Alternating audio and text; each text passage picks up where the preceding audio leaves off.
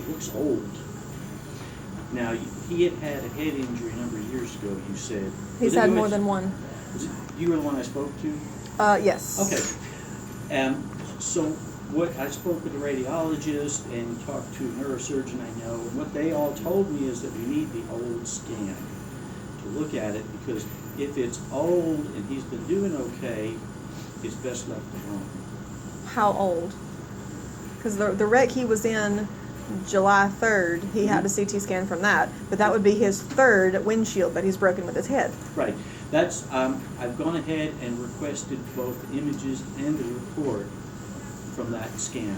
The most recent one at DCH is what I told them. So now, Most recent may not be quite accurate because they may have done another. I'm not sure. so what they'll do, if the scans were done at the same hospital, Okay. they will have compared them to prior ones. Okay. And then if there's no difference, then we'll go ahead and if they describe them going back, then that's fine. It's an old thing that he got years ago when he Right. crashed. But if it looks different than what we're seeing, we're going to get the disc to actually compare them side by side and go from there. I suspect it's something that's been there for a long time. Does it mean anything? Just Well, it's there was a head injury there, and a little brain injury. It's not uncommon for us to leave those alone. what did you say it was? Fluid under the bone and what? Between the bone and the brain. Huh. The brain and the head. I knew it's inside. Yeah, it floats in the already. fluid, and then there's a lining around the Right. bone. That's what I and thought you then meant. Then there's a lining around the brain. So how would fluid get there? Blood. When He did have he had a brain bleed in the past. Yeah, that's what I think that is. This old brain bleed. So, and I didn't see any evidence of surgery or burr holes or anything to drain the blood. What about the cyst he has? He doesn't have a cyst. There was no. I was told there was a cyst in his sinus area I that know, showed I up on looked- the I- CT scan. No. I just looked at it before I come in here. Who told you that? The not Natasha because she's admissions. Jacqueline. No, she's not. She's not. She read it in the notes. A cyst? That's what she said. She said a cyst or polyp in the sinus area. I can get you the report. I'm just telling you what I was I know. told. No, there's no cyst or sinus because I double checked because Dr. Paisley had told me you had a question about that, and I didn't remember it, so I went and I pulled the report, and I wonder there's no mention where of anything that of came from. sinuses. I think she's probably misinterpreting the what we call it subdural, the old subdural. Yeah, that's the hematoma. subdural hematoma. That's the Right. terminology he used way back then. Okay. Well, this looks like an old chronic subdural hematoma. It's not fresh blood. Not even close to fresh blood. Well, if there's no polyp, then I guess there's not a lot to look for. Can't do an MRI while he's on the vent. EEG would be affected by the Haldol. Of course, Well- all that's affected by the sepsis right now. Well, as far as him and responsiveness, it's going to be real hard to tell anything about he's septic. I mean, it's all going to look like what we call toxic metabolic. When they do an EEG, the neurologist will read it as they call it toxic metabolic problem or something like that as a cause for his mental status. Now, yesterday evening I was in here and he directed his gaze towards me, and I was talking to him like I'm talking to you. I don't know if he made any sense of it, but he was at least looking at me. He was doing really good when his white blood cell count was down to 5,000. It was normal. It's up to 20,000. He was what we call septic when he got here. Yeah. Dr. Lapidus is a very, very good infectious disease physician. We started him on antibiotics. Dr. Lapidus made minor adjustments. Cultures that we have so far are negative. He was already on antibiotics. Dr. Lapidus got his cultures going all the way back prior to when he got sick at Nova. But they're all negative, so No, he had, Dr. Lapidus Yeast. said he had yeast in his blood. yeah. And then when he got here, he had this central line in his left shoulder, which was suspect. That's been pulled, But he's had 3 of those now. 2 of them, if not 3 of them, that's 3 of them pulled, yeah, just in case they're the source of the infection. right. We're gonna use regular IVs right now to keep that variable out of there.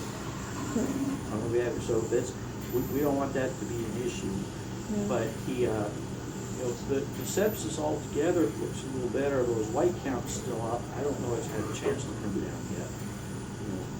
He's only been here for 2 days, so. So I see that he's got the equipment for the suctioning, but no one's suctioning him, and he's not coughing up anything. So is his pneumonia improving, or is it just not coming up, or? I just think that maybe he's done with that part of the infection. Now, after pneumonia, there's a lot of white cells and inflammatory debris in between the cells and swelling in the lungs, so his x-ray is not clear. X-rays can sometimes they can take a month or 2 to clear. So what's left? That he can't cough up? Swelling, inflammation. So that in the would lungs. show up as just the shadows that they're seeing for the reason the alveoli aren't blowing up. Wouldn't even be the alveoli, it would be the spaces between the alveoli, spaces around bronchial tubes and blood vessels, things that aren't accessible to the blood. Things are outside the inside of the bronchial tubes, outside of the bronchial tubes. So his ventilator settings don't point to. So his lungs sound clear now? Other than he might have a little rattle now and again, his lungs are pretty clear. I've been hearing so many different things. The ICU told me that, what was it? It had gotten so much better that if they didn't know he already had it, they might not even classify it as that. Yesterday, I was told that it's not too terrible, and now today, they're saying, well, basically that part's over and you're still swelling left over. I'll listen. All I can do is call it like I see it. Oh yeah, I'm just observing. I've been hearing a lot of answers. They said he sounded like a Whirlpool washing Miss machine. Stover, I'm going to flip this arm up a little here, okay? Oh, fight me. Oh, it's tight. Here, let me listen up under here.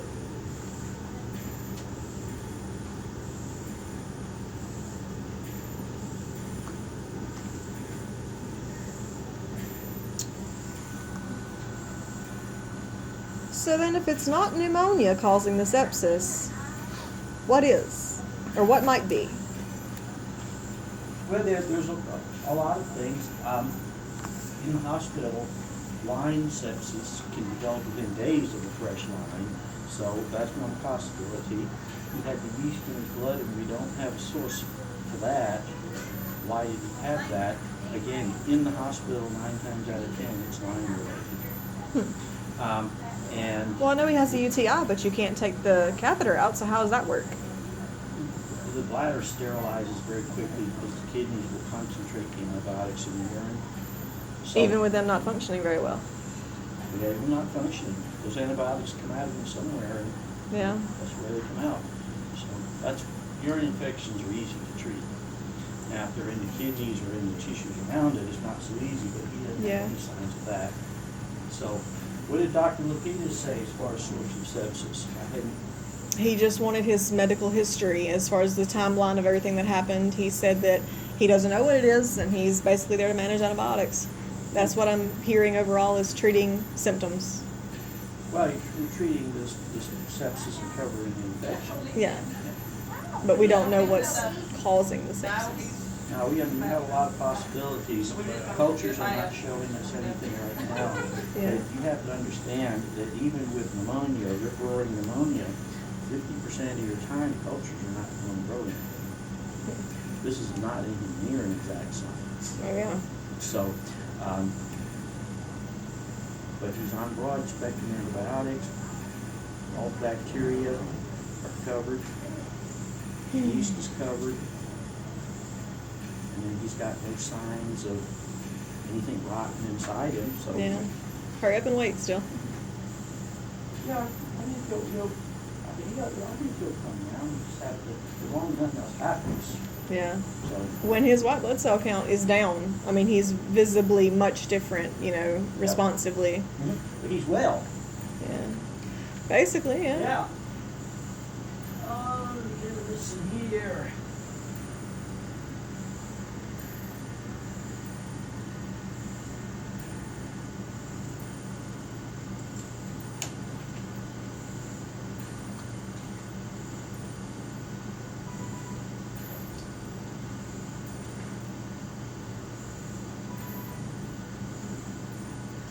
belly is soft, he's tolerating his feedings, we have no sign of any,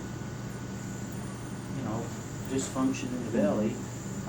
His heart is, this is hard. It's been sort of, his road hard hung up wet. It's been really stressed, but otherwise, I think we've got all the bases covered as far as I can think of, and we've got three physicians that none of us can really come up with anything that we're not covering.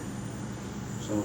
But what happens when, they put him on a strong antibiotic and it made his white blood cell count go down to 1,500, so they had to take him off, and now he's sick again? Like, where's the medium? Well, you just have to pick a different antibiotic. Really? That's, there are a couple antibiotics that suppress the bone marrow. So. Of concern for the family is we don't know, and not going to know for a long time, if he suffered any oxygen deprivation damage from this, how bad sick he was, and the breathing issues and stuff. But well, because he was so incoherent at first, but they didn't tell me he was septic for a while, so it could just be that he was so sick he was septic. Maybe he did have pneumonia from the beginning.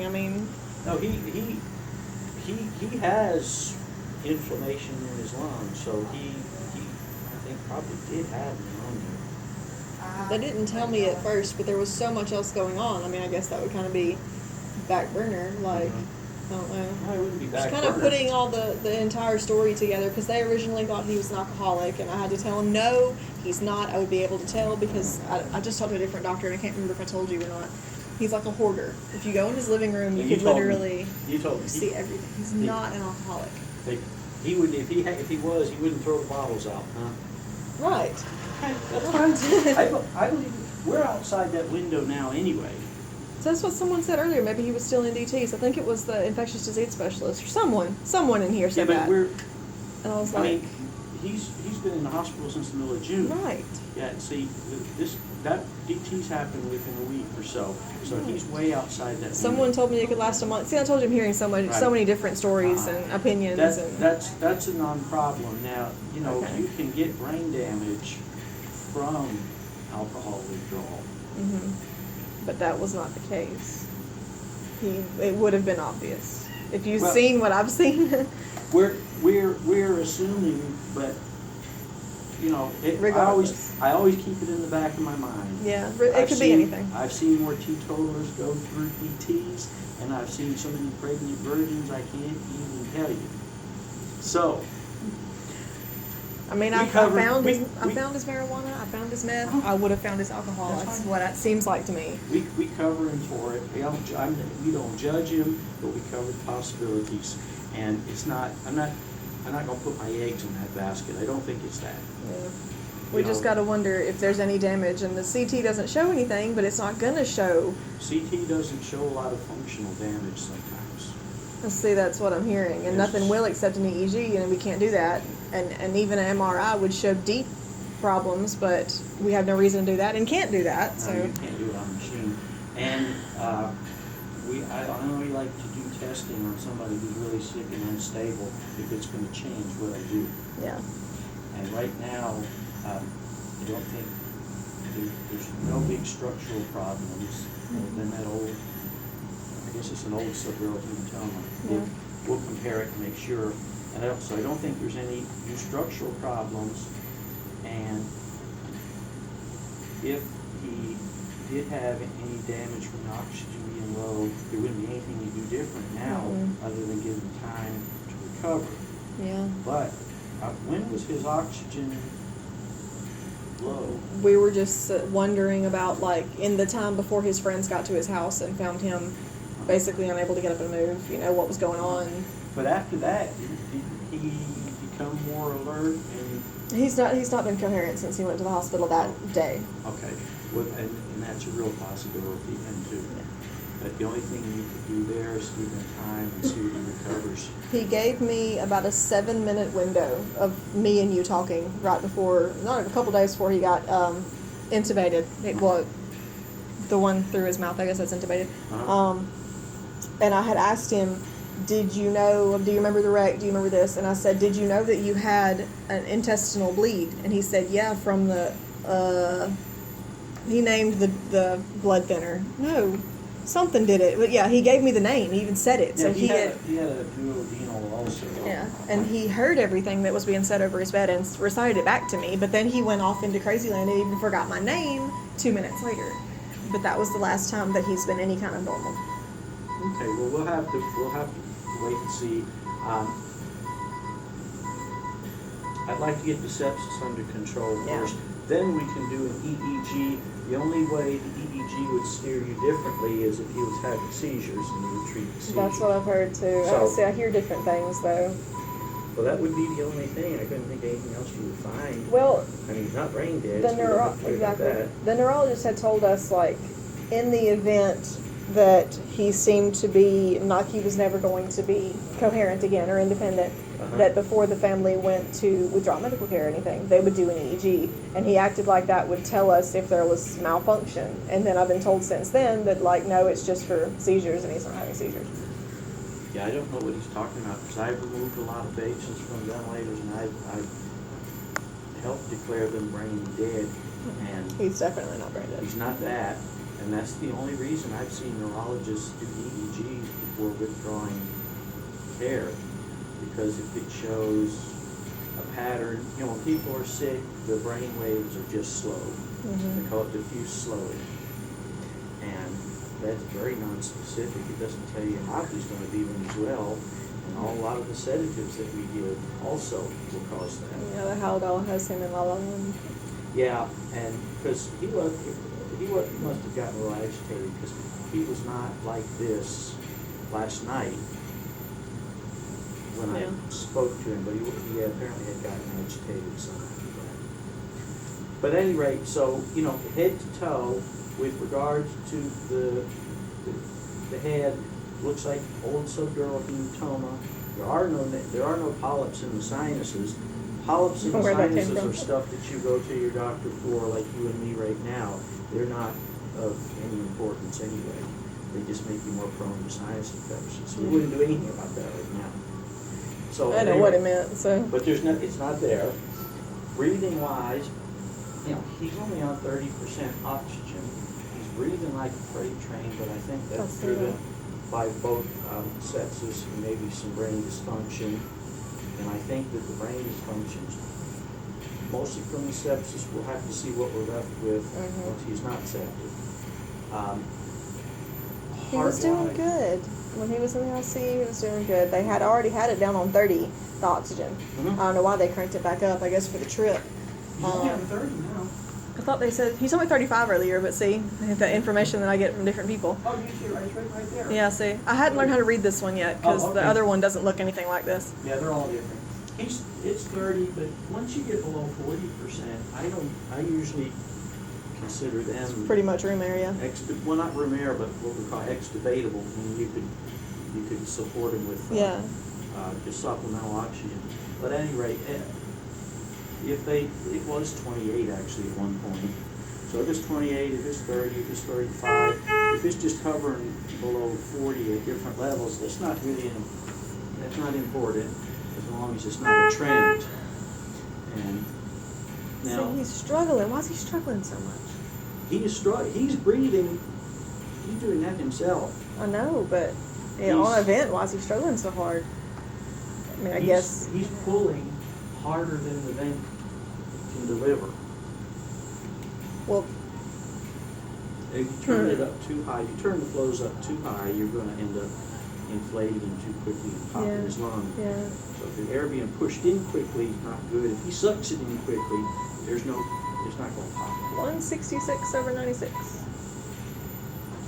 Probably, It's gotten higher since I was here earlier. he's probably coming off that Haldol a little bit. I'll speak to his nurse about getting him settled down. They said his blood pressure went over 200 this morning when they were moving him and stuff. I was like, geez, I've never heard of that.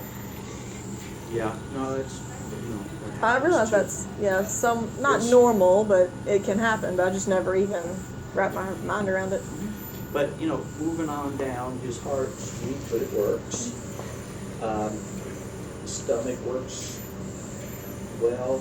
And then with regards to the sepsis, it's being treated and covered. And we may not ever get a home source. So with the vent, I was going to say that they had him on 30, and they had been doing trials each day, and they took him off the first time, and he was breathing right around 40, they said, and then they did it later that afternoon, and he breathed somewhere around 35, 38, and then they did it again the next morning. They took it completely off, and he was breathing super fast, but that his blood gases stayed good, and they expected to continue, taking him off, and hopefully he would do better. His gas exchange is not impaired enough now that if he got a little bit more settled, that you couldn't do that. So, but at any rate, that's where everything stands. We also wonder what happens if he can't get off the vent, but that'll be his choice if we can get him coherent again, which comes with getting him not septic anymore, so. With the supporting requirements, unless something else happens, if he gets another pneumonia, which can happen, we've got his defenses bypassed with this tube in part.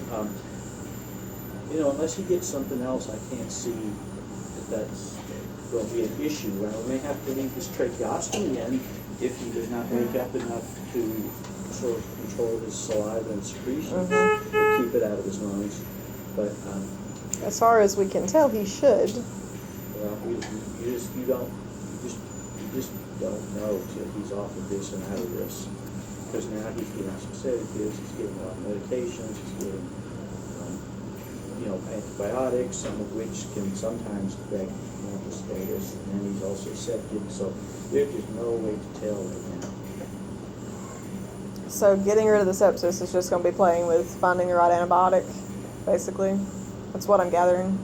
Yeah, and with sepsis, it takes a full 72 hours before the antibiotics really start to take the lead in terms of stabilizing and making, better. So, okay, now they're calling me. But at any rate, that's what's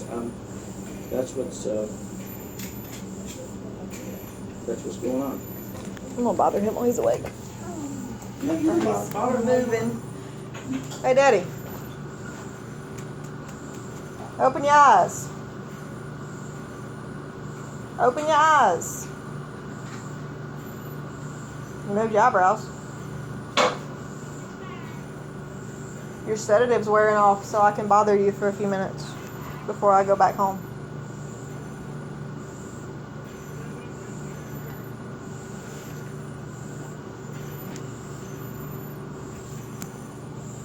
Hi.